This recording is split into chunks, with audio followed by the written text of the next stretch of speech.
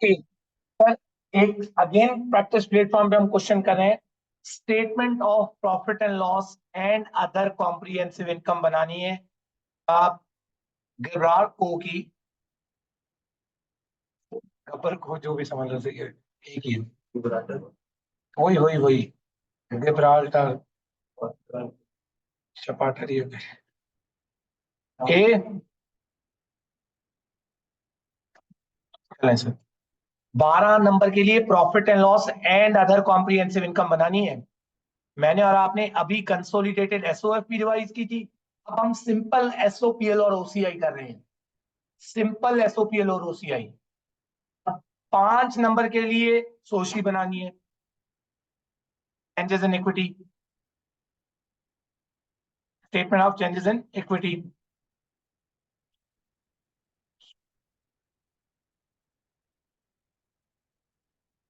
Control C, ये देखें around 20-25 लाइनें मैंने छोड़ के यहाँ पे भी ये लिख दिया। मजे की बात, 3 नंबर का दोबारा क्या आ गया? ईपीएस। बेसिक ईपीएस निकालना है, राइट इशू आगे नहीं, और अच्छी बात है।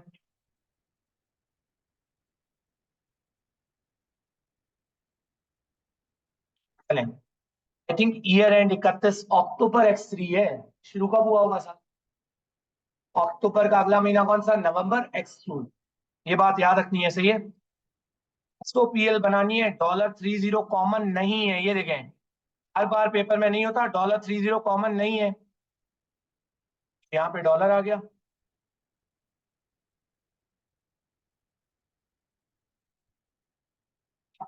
एसओपीएल बनानी है तो एसओपीएल में नॉर्मली क्या होता है, ये देखें एटलीस्ट ये दो चीजें तो कांस्टेंट होती है ना, रेवेन्यू और कॉस्ट ऑफ सेल्स। तो यहाँ पे क्या आ जाएगा?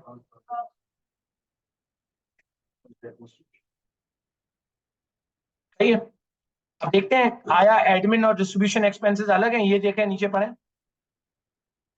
डिस्ट्रीब्यूशन एडमिन और ये अलग खर्चे खर्चे हैं। डिस्ट्रीब्यूशन एक्सपेंस,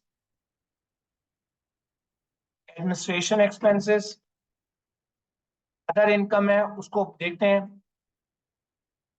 यहाँ पे लिख देता हूँ, ये देखें मैं profit before interest and what. सही है। फिर इसमें से माइनस कर दूंगा क्या? इंटरेस्ट या फाइनेंस कॉस्ट। प्रॉफिट बिफोर, अच्छा प्रॉफिट वगैरह लिखे मत, there is a chances loss भी आ सकता है। थोड़ा सा होल्ड कर लें इसको, देखते हैं क्या सिचुएशन है। अब सर क्या चीजें ट्रायल बैलेंस में नहीं, अच्छा चेंजेस इन इक्विटी का जरा फॉर्मेट बना लिया करो। चेंजेस इन इक्विटी के सबसे पहले क्या आते हैं? Share capital. क्या क्या चीजें हैं सर? शेयर कैपिटल है, इधर देखें शेयर कैपिटल मुझे नजर आ रहा है, शेयर प्रीमियम नजर आ रहा है, रिवैल्यूएशन सरप्लस भी है, रिटेन्ड अर्निंग भी है। हमेशा एक कॉलम छोड़ के फिर आपने करना होता है, क्योंकि there is a chances equity option या इरेडीमेबल हो। पहले डॉलर, इसी को ट्रैक करना अगर ये हो जाता है तो। डन हो गया।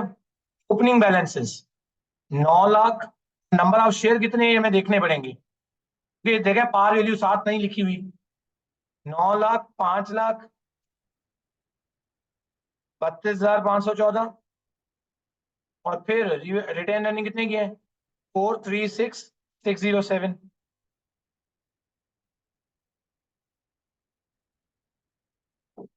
टोटल वाला कॉलम पेपर में लाजमी फिल करके आना।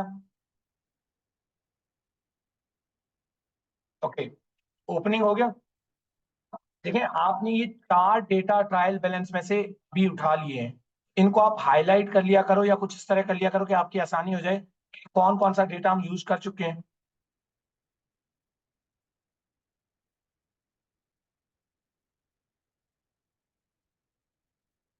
डन हो गया, ये हो गया हमारे पास। अब जमीन दी हुई है और बिल्डिंग है, इन्वेस्टमेंट्स है, investments through profit and loss and OCI है, देखें, आपने एसओपीएल बनाई तो आपका कंसर्न एक्सपेंस और इनकम से होना चाहिए। एसओपीएल एंड ओसीआई, एसओपीएल है तो सर जमीन की तो आई थिंक कोई रिवैल्यूएशन वगैरह हो रही होगी तो ओसीआई में, बिल्डिंग रिवैल्यू हो रही तो प्रॉफिट एंड लॉस में क्या आ जाएगा, बिल्डिंग की डेप्रिसिएशन, मे भी कोई एसेट बेच रहे हो, गेन या लॉस। फिर ये जो इन्वेस्टमेंट्स है, प्रॉफिट एंड लॉस की वैल्यू बढ़ रही हुई तो प्रॉफिट एंड लॉस में अदर इनकम में जाएगा, और थ्रू ओसीआई का भी है तो नीचे ओसीआई में जाएगा कोई गेन वगैरह। हमने इनके इंक्रीज डिक्रीज को यहाँ पे देखना है क्योंकि एसओपीएल बना रहे हैं। आधा क्वेश्चन मैंने आपका सॉल्व कर दिया है, 10 से 12 नंबर है इस चीज के। अब आगे गौर से सुने, रेवेन्यू है, कॉस्ट ऑफ सेल और इनकम टैक्स का एक्सपेंस खुद दे दिया है। नॉर्मली वो ट्रायल बैलेंस में अंडर ओवर देता है, now this time different treatment की है उसने। ये चीज समझे सर, इनकम टैक्स एक्सपेंस उसने खुद दे दिया है, फिर कैलकुलेट करके उसने खुद दे दिया 4,28,000। तो सर यहाँ पे लिख दें टैक्स, इंटरेस्ट एक्सपेंस है, पक्का profit before interest and tax होगा, प्रॉफिट बिफोर टैक्स होगा।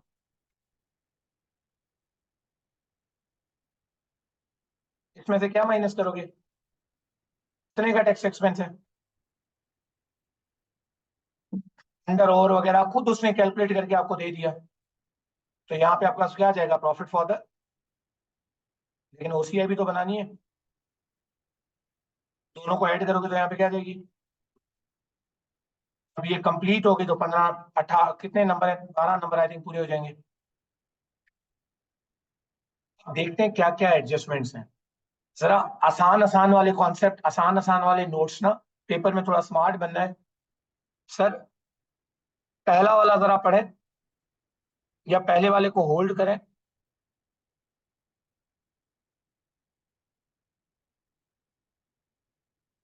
सबसे पहले जरा नोट नंबर 6 पे आ जाओ, नोट 6 पे।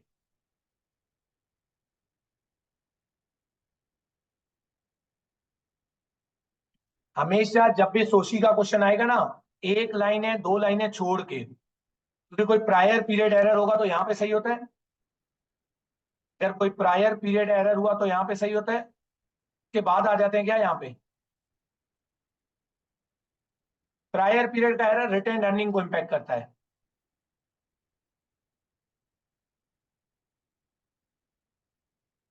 आया है या नहीं अभी मैं नहीं देखता, लेकिन कंपनी ने क्या इशू किए हैं। नहीं, ये नोट नंबर 6 पढ़े, बोनस इशू, राइट इशू है, राइट इशू। अभी सोची का आप देखते हैं सर, नवंबर में कंपनी का शेयर कैपिटल डॉलर वैल्यू में कितने का नजर आ रहा था आपको, नहीं डॉलर वैल्यू में, डॉलर वैल्यू में ये देखें, ये रहा 9 लाख का था। लेकिन मैंने क्या आपको कहा था, पार वैल्यू लिखी हुई तो नंबर आप शायद 9 लाख मत समझ बैठना। उन्होंने कहा है पार वैल्यू 0.5 है, ये रहा 9 लाख डिवाइड बाय 0.5 करोगे कितने शेयर आ गए, 18 लाख। क्या ये कॉन्सेप्ट समझ आया, 18 लाख शेयर्स हैं और आपने फर्स्ट स्टेप में 1 for 5 राइट इशू किए हैं। 1 for कितने में इशू किया है, वो जो आगे दिया हुआ ना मार्केट प्रायर टू, वो हमें आगे ईपीएस वगैरह के लिए दिया हुआ है, क्योंकि हमेशा मार्केट वैल्यू से कम पे राइट इशू किया जाता है ना। व्हाट्स द मार्केट वैल्यू, आपको कितने में इशू किया गया, 5 वैल्यू कितनी है, तो सर 18 लाख का 1 for 5, 18 lakh number of share, 1 for 5 करोगे कितना आ जाएगा, 2 लाख, 3,60,000, उसकी 3,60,000 इंटू 1 रुपया, ये कैश में चला गया, 3,60,000 इंटू पार शेयर कैपिटल में चला जाएगा, और 1 - 0.5 प्रीमियम कितने का मिला, 0.5 का। इधर देखो, राइट इशू कितने के हुए, 18 lakh share into 1 for 5 into 0.5 चला गया शेयर कैपिटल में, सेम 0.5 चला जाएगा इधर। ये क्लियर है सबको, पक्की बात है भाई। मैंने और आपने रह गई राइट इश्यूज वगैरह की, सी हमारे लिए ईपीएस है ना, ईपीएस को बाद में देखते हैं, सही है, अभी होल्ड करें। आखिरी वाला नोट पढ़े जरा, आखिरी वाला।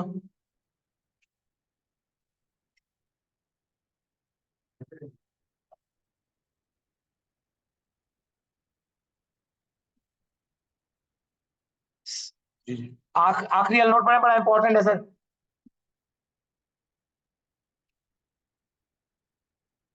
प्रॉफिट रिटेन अर्निंग में ऐड होता है, इधर देखो सारे। Profit for the year retain earning में क्या होगा, लेकिन जितना डिविडेंड आपने पे किया है वो क्या हो जाएगा। मेरा आपसे बड़ा सिंपल सा सवाल है कि नोट नंबर 7 में लिखा है सितंबर X3 में, भाई तो बताओ, सितंबर X3 में कंपनी ने फाइनल डिविडेंड 0.1 का पर शेयर दिया है। नंबर ऑफ शेयर्स कितने थे।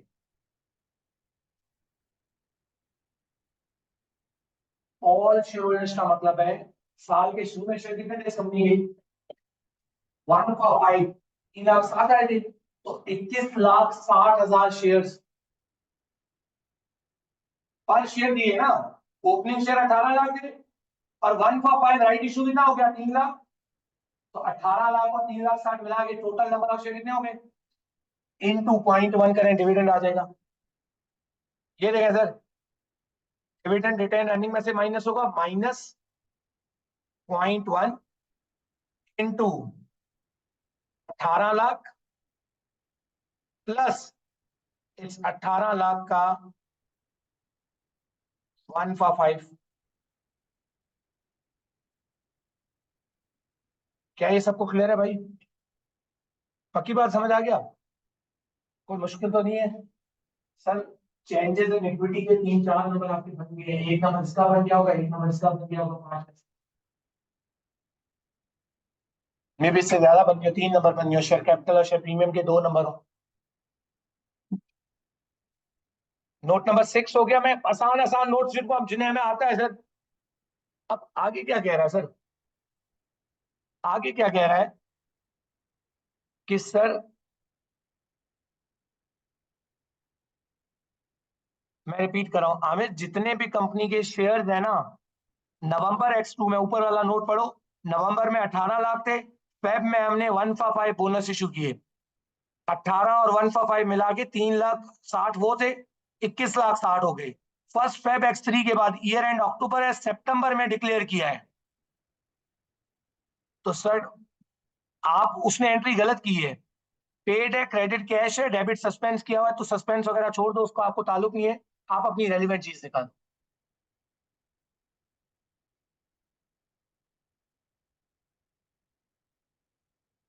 सर अब जरा नोट 1 पढ़ें, अभी और बहुत सारी इंटरेस्टिंग चीजें आ रही हैं इसमें, नोट 1 पढ़ें।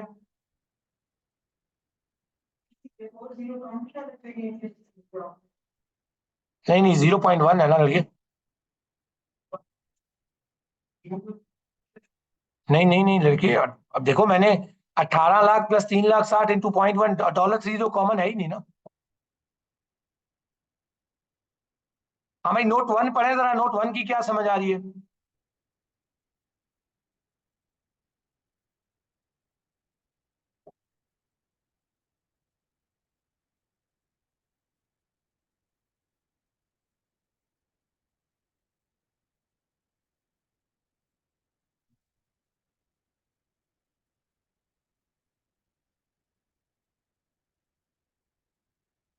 भाई इधर देखें, वर्किंग 1 रेवेन्यू की कर रहा हूँ, प्लीज गौर से सुनना।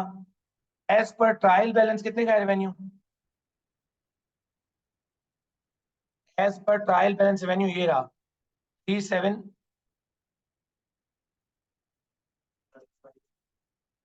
ये है ना 3765,505। तो क्या एडजस्टमेंट है, सुने प्लीज। सर एक कॉन्सेप्ट है, अभी हम अब ब्रेक के बाद IFRS 15 का कुछ क्वेश्चन पढ़ेंगे, उसके अंदर कॉन्सेप्ट है एक एजेंट वर्सेस प्रिंसिपल का। किसका कॉन्सेप्ट है सर,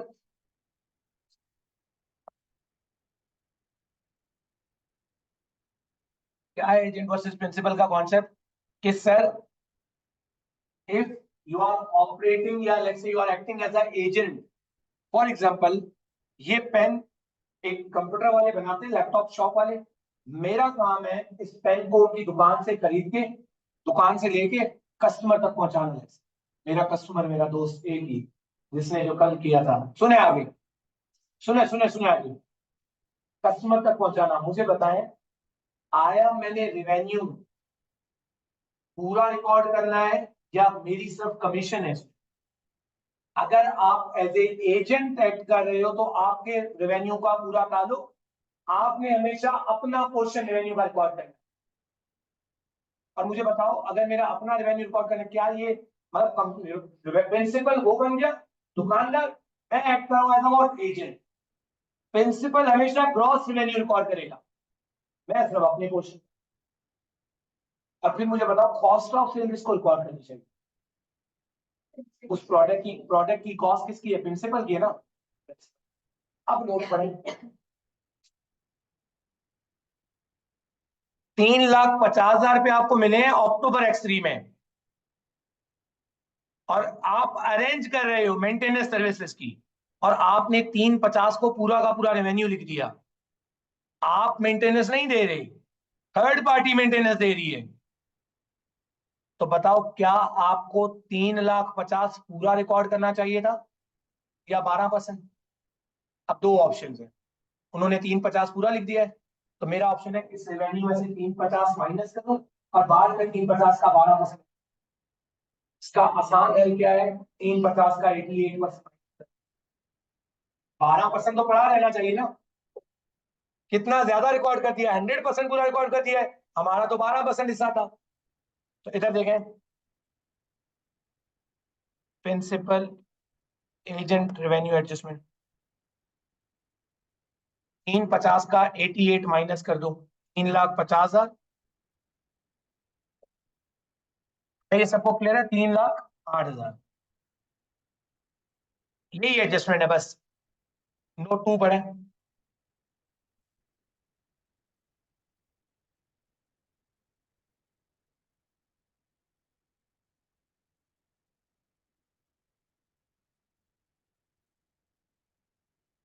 थोड़ा सा पार्टिसिपेटिव रहेंगे, 15 से 20 मिनट में ये क्वेश्चन भी सॉल्व हो जाएगा। पार्टिसिपेटिव रहना पड़ेगा। हाँ भाई, कॉस्ट ऑफ सेल एज पर ट्रायल बैलेंस कितनी है? रेवेन्यू के नीचे लिखिए 2444657। अब नोट नंबर 2 पढ़े।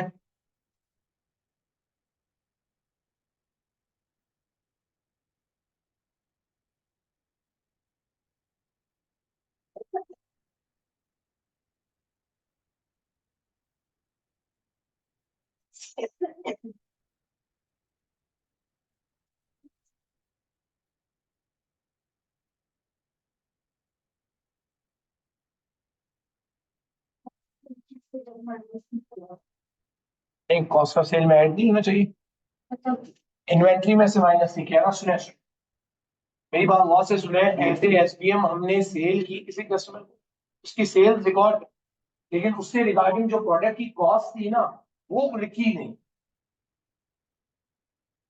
तो कॉस्ट ऑफ सेल में ऐड होगी।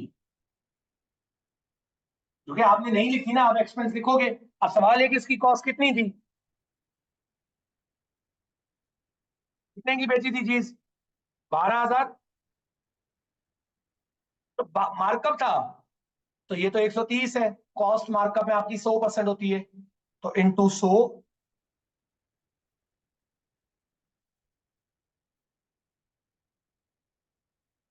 क्या ये पॉइंट समझ आया है सबको? एक और तरीके से भी समझाने की कोशिश करता हूं। इन्होंने कॉस्ट नहीं रिकॉर्ड की, इसका मतलब है इनके अकाउंट्स में से इन्वेंट्री रिमूव, तो क्लोजिंग इन्वेंट्री ज्यादा है। क्लोजिंग इन्वेंट्री ज्यादा होने का से कॉस्ट ऑफ सेल क्या है? अब जब क्लोजिंग इन्वेंट्री रिमूव करोगे तो कॉस्ट ऑफ सेल क्या हो जाएगी? रिपीट कर रहा हूं, वहां से सुनना, कि एक आइटम मैंने बेचा, उसकी इन्वेंट्री रिमूव करनी चाहिए थी, हमने इन्वेंट्री रिमूव, क्लोजिंग इन्वेंट्री ज्यादा, कॉस्ट ऑफ सेल में से माइनस हुई, कॉस्ट ऑफ सेल क्या होगी? कम। जब क्लोजिंग इन्वेंट्री को रिमूव करोगे, क्लोजिंग इन्वेंट्री कम हो जाएगी, कॉस्ट ऑफ सेल क्या हो जाएगी? इनडायरेक्ट प्रोपोर्शन, इनडायरेक्ट लिंक है ना कॉस्ट ऑफ सेल और क्लोजिंग इन्वेंट्री का। डन हो गया भाई? नोट 2 भी हो गया। नोट 3 पढ़े सर।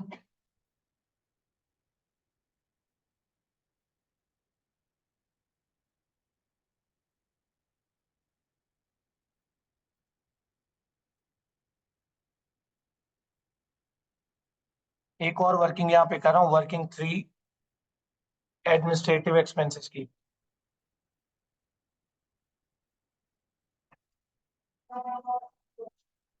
एज पर ट्रायल बैलेंस, ये देखें लिंक दूंगा।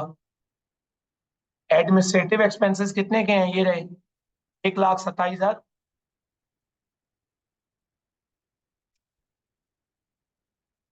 देखते हैं सिचुएशन क्या है। Note number 3 is a very important note. 2 note हो गए इधर, 3 बड़े।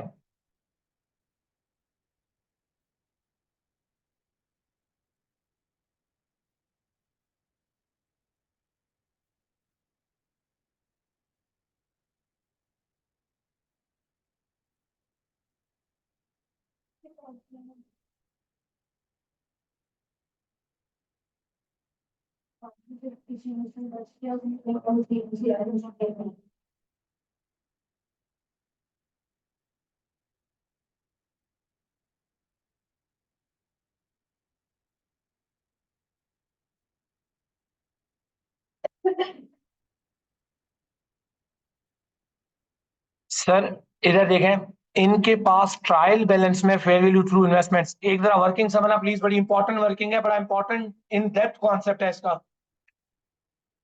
वर्किंग नंबर 4 मैं आपकी कर रहा हूं इन्वेस्टमेंट्स की। Investments through what, PNL.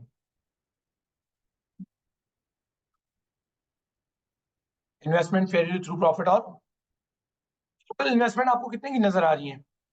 1,78,000। सुनना प्लीज, मेरा आपसे एक सिंपल सा सवाल है कि जब एक एसेट माइनस होता है, चला जब एक एसेट माइनस होता है तो एसेट के अकाउंट से आया एसेट की कैरिंग वैल्यू माइनस होती है डिस्पोजल प्रोसीड्स। देखो जब एक एसेट माइनस होगा, डिस्पोजल प्रोसीड तो डेबिट कैश होता है, कैश के अकाउंट में ग्रॉस अमाउंट जाती है, एसेट के अकाउंट में से हमेशा उसकी कॉस्ट और एक्यूमुलेटेड डेबिट का मतलब होता है कैरिंग वैल्यू रिमूव करते हैं। अब नोट नंबर 3 पढ़े, क्या गलती की है उसने कि उसने कोई एक इन्वेस्टमेंट है जिसकी कैरिंग अमाउंट कितनी थी, वो बेच दी है कितने की? सर एक तो आपको 62,000 की चीज कितने में बेच दी? आप एनी गेन या लॉस कहां पे जाता है? तो बताओ क्या गेन आया लॉस? तो लॉस इधर ऐड कर दो, ये देखो loss on sale of investment add हो जाएगा। कैसे ऐड होगा, इधर देखो 62 माइनस 59। बात समझ आ गई? मसला यहां पे नहीं है, मसला इससे ऊपर वाली लाइन में है। Proceeds have been, proceeds minus कर दिए उन्होंने।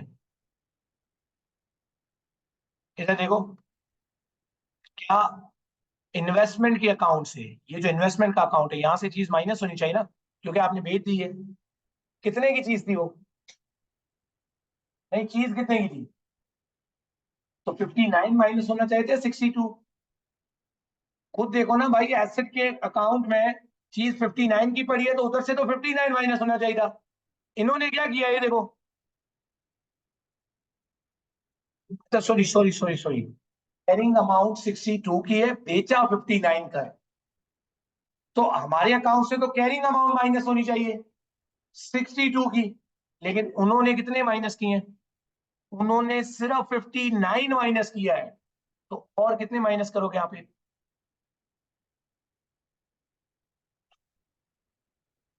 क्या ये पॉइंट किसी को समझ आया? नहीं समझ आया तो दोबारा रिपीट कर रहा हूं कि भाई आसान बातें होती हैं, मुश्किल बातें अपने लिए ना बनाना। 62,000 की चीज 59 में बेची, 3,000 का लॉस लिख दिया। माइनस होना चाहिए 62,000 एसेट के अकाउंट में से, क्योंकि एसेट 62 का गया, लेकिन उन्होंने तो एसेट में से 59 माइनस किया, 3,000 और माइनस कर दिए। बताओ पीछे एसेट कितने की रह गई? ईयर एंड पे इनको रीवैल्यू पे तो किया जाता है, ईयर एंड पे इनको क्या किया जाता है? बताओ ईयर एंड पे इनकी फेयर वैल्यू कितनी है? पूरा नोट नीचे पढ़े, तो बताओ क्या गेन आया लॉस आया? और ये गेन कहाँ पे जाएगा? 184,300 fair value through profit and loss है ना, उसने खुद भी कह दिया, खुद भी कह दिया नहीं नहीं नहीं रिवैल्यूएशन नहीं भाई, थ्रू प्रॉफिट एंड लॉस है। खुद लिख भी दिया है नीचे उसने, ये देखो, any gain on revaluation should be recorded in what, other income. क्या ये पॉइंट क्लियर है भाई? एक सिंपल सी IFRS 9 की investment in equity instrument through P&L। अच्छा भाई नोट नंबर 4 पढ़े।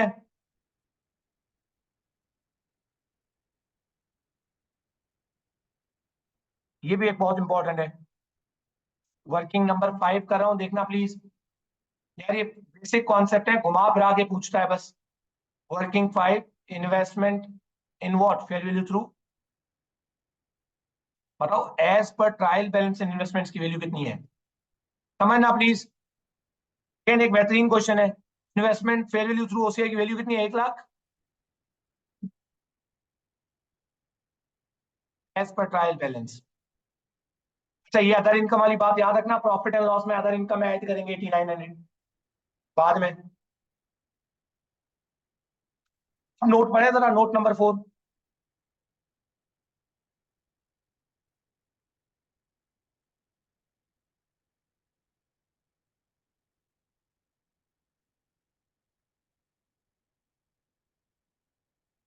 अब भाई फेयर वैल्यू इंस्ट्रूमेंट इंक्लूड, एक कोई परचेज किया आपने सर, परचेज के कोस्ट इसमें the cost of 8,000 associated this purchase were charge to what.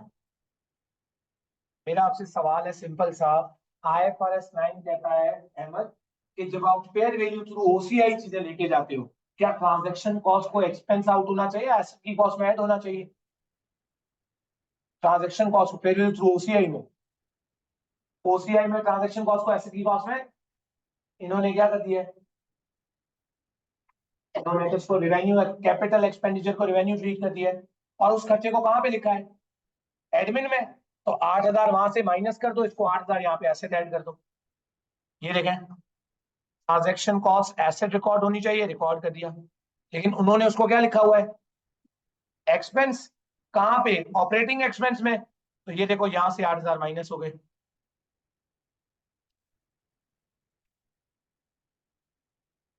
Please confirm करें, क्या ये पॉइंट क्लियर है सबको? ये देखें ना इधर, मेन फॉर्मेट कौन सा सही है? Admin expense. अब ईयर एंड पे अभी इनकी वैल्यू कितने में चली गई है? ईयर एंड पे तो रीवैल्यू करना होता है ना। इधर देखो, ये देखो, 1,28,000 की चीज है, ईयर एंड पे उनकी फेयर वैल्यू कितने में चली गई है? क्या इस पे गेन आया लॉस? तो फेयर वैल्यू थ्रू OCI है, किधर जाएगा? Very good.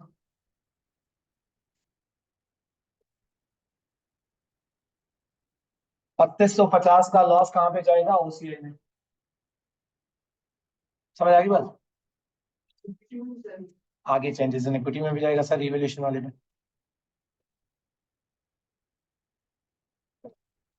अब मुझे बताएं, आखिरी चीज जरा ये पढ़े, नोट 5 पढ़े, बस सीधा कंप्लीट है।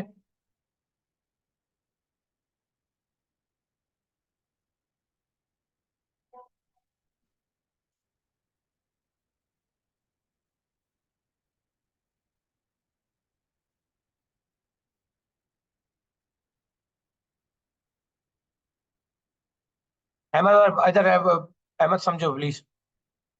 Working number 6 non current asset, आखिरी चीज रह गई है बस, ये देखें, वर्किंग 6 नॉन करंट।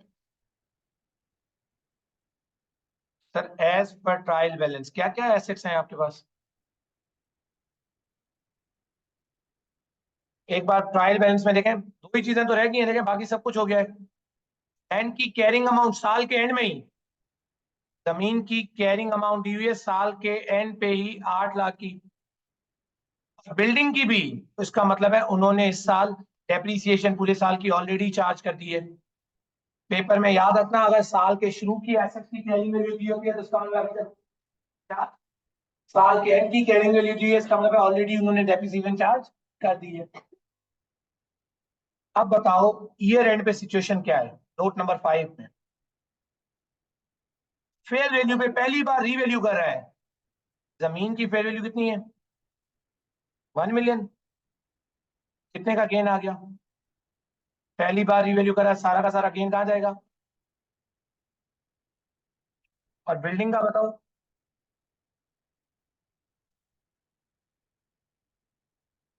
बात खत्म।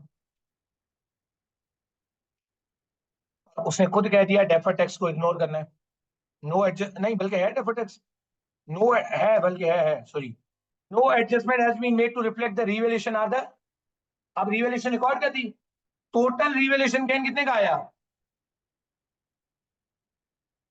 टोटल दोनों को मिला के। सर इतने से एसेट्स की कैरिंग वैल्यू बढ़ गई, इतने से एसेट्स का टैक्स बेस क्या हो गया? कम। तो क्या बनेगी? Deferred tax. लेकिन ये रिवैल्यूएशन गेन वाली है, तो क्या पीएनएल को अफेक्ट करेगी या ओसीआई को? इसलिए हमें पीएनएल का ऑलरेडी टैक्स एक्सपेंस दिया हुआ है, तो इसके ऊपर डेफर्ड टैक्स लिखो। ऑलरेडी माइनस हुई है, कैरिंग वैल्यू ये रेंट की दी हुई है। 4,24,000 का कितने परसेंट? 20%। ये देखो इतनी वैल्यू चली जाएगी ओसीआई में। अब मैं चीजें कंप्लीट करने जा रहा हूँ, ये देखें। चीजें कंप्लीट करने जा रहे हैं, ये देखें, रेवेन्यू को कंप्लीट करें।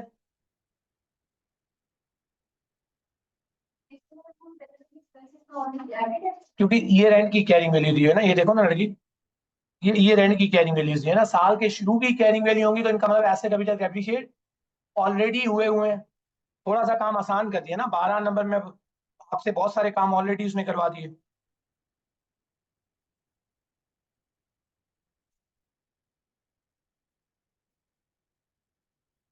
देखें सर, बातें अब।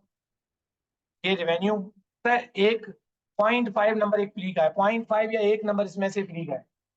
एक टैक्स के एक्सपेंस का, और एक नहीं, कॉस्ट ऑफ सेल में तो एडजस्टमेंट थी ना मेरे दोस्त। Distribution expense. चीजों को देख के बस लिखना था। डिस्ट्रीब्यूशन एक्सपेंस में कोई एडजस्टमेंट नहीं है ना। डिस्ट्रीब्यूशन कॉस्ट कितनी थी? 1,16,000।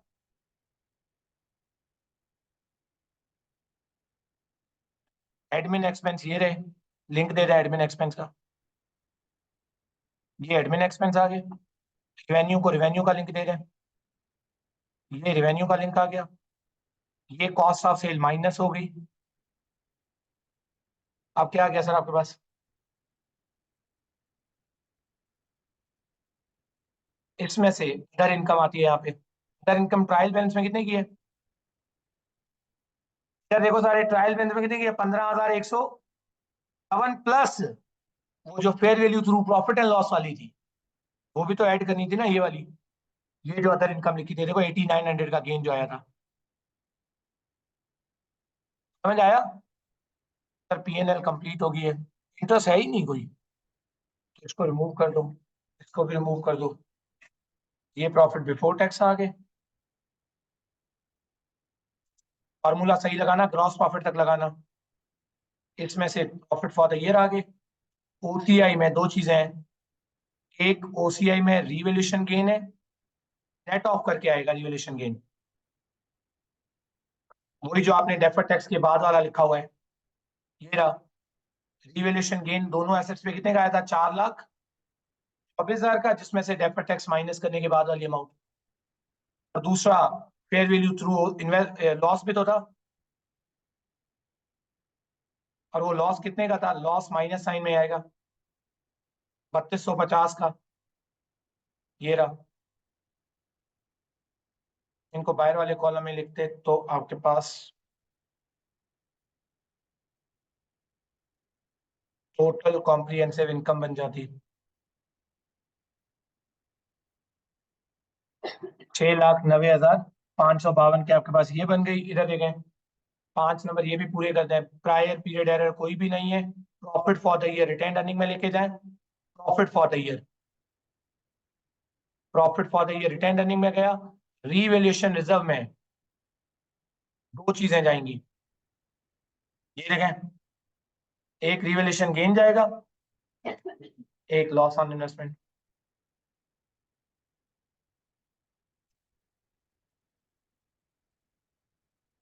ये भी 5 नंबर पूरे हो गए। इज इक्वल टू सम, इनके क्लोजिंग आ गए। ये शेयर कैपिटल का आ गया। सबका सम कर दें।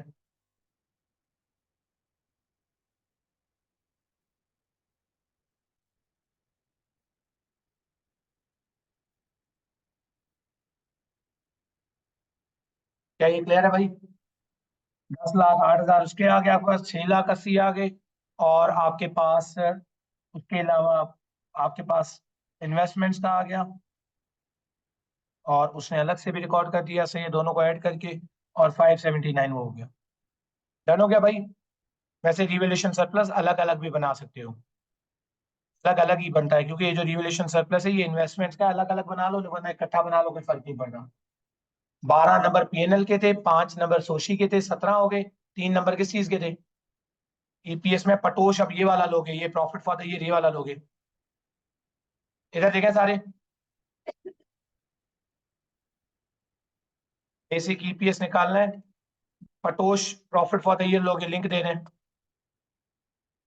आपने, ऊपर पीएनएल में निकाला हुआ है, लिंक दे रहे हैं। ये पटोश आ गया। वनोस के लिए राइट इशू है,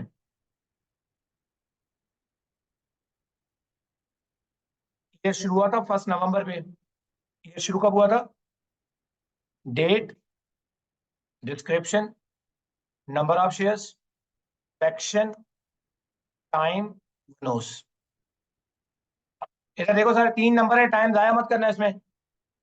1 नवंबर पे शेयर कितने के थे साल के शुरू में? 6 से 18 लाख के।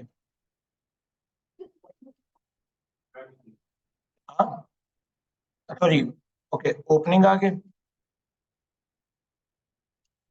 फिर 1 फेब पे क्या किए थे आपने? तो दिस इंटू 1 फॉर, नहीं सॉरी, 1 फॉर 5 थे ना, ऐड कर लो। फ्रैक्शन बाद में देखो, पहले टाइम। नवंबर, दिसंबर, जनवरी, 3/12। फेब से लेके अक्टूबर, फेब, मार्च, अप्रैल, मई, जून, जुलाई, अगस्त, सितंबर, अक्टूबर, 9 महीने। राइट इशू वाला फ्रैक्शन लगेगा। राइट इशू वाले फ्रैक्शन के लिए स्टेप 1 अब निकालो, स्टेप 2 फ्रैक्शन था। अब कैसे आता था?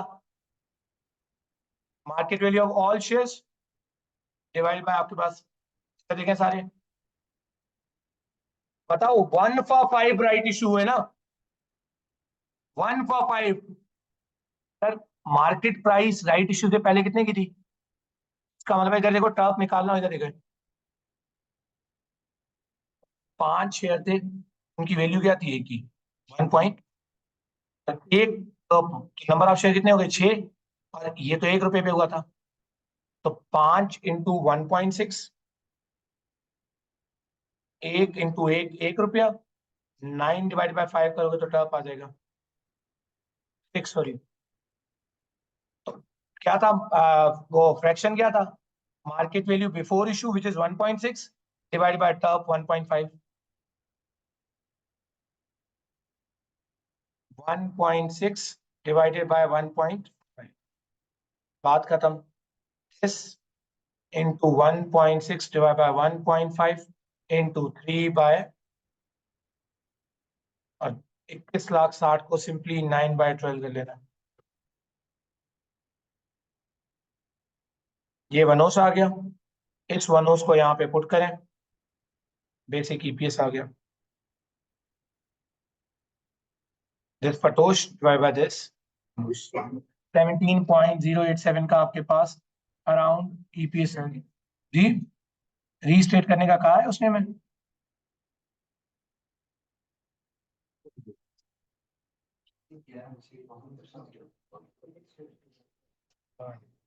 हमने ऐसे पाती वो कैलकुलेशन की है, रीस्टेटेड था। रीस्टेटेड के लिए पता है क्या करना था? ये इतना काम नहीं करना था, पुराना ईपीएस दिया हुआ था, फ्रैक्शन यूज करके इसको मल्टीप्लाई करते थे। पुराना ईपीएस ये रहा, इस फ्रैक्शन को इन्वर्स इन्वर्स कर देते हैं, ये जो फ्रैक्शन नहीं था 1.6 और 1.5 वाला, वही मुझे हो गया। रीस्टेट करने के लिए 0.2 को मल्टीप्लाई कर दो, क्या था bonus fraction? 1.5 divide by 0.1875 restated आ गया। मतलब अगर नियरेस्ट करो तो आपके पास क्या आ जाएगा, 19 सेंट्स। 3 नंबर इसके दे, एक नंबर टर्म निकालने का होगा, एक नंबर फ्रैक्शन निकालने का होगा, एक नंबर मल्टीप्लाई करने का होगा। ये मैंने और आपने ऐसे ही निकाला है बेसिक ईपीएस। लेकिन चले रिवाइज हो गया सर भाई। 3 क्वेश्चन हो गए, 12 22 पे हो रहे हैं, 12 40 पे कंटिन्यू करेंगे, 18 मिनट की ब्रेक है।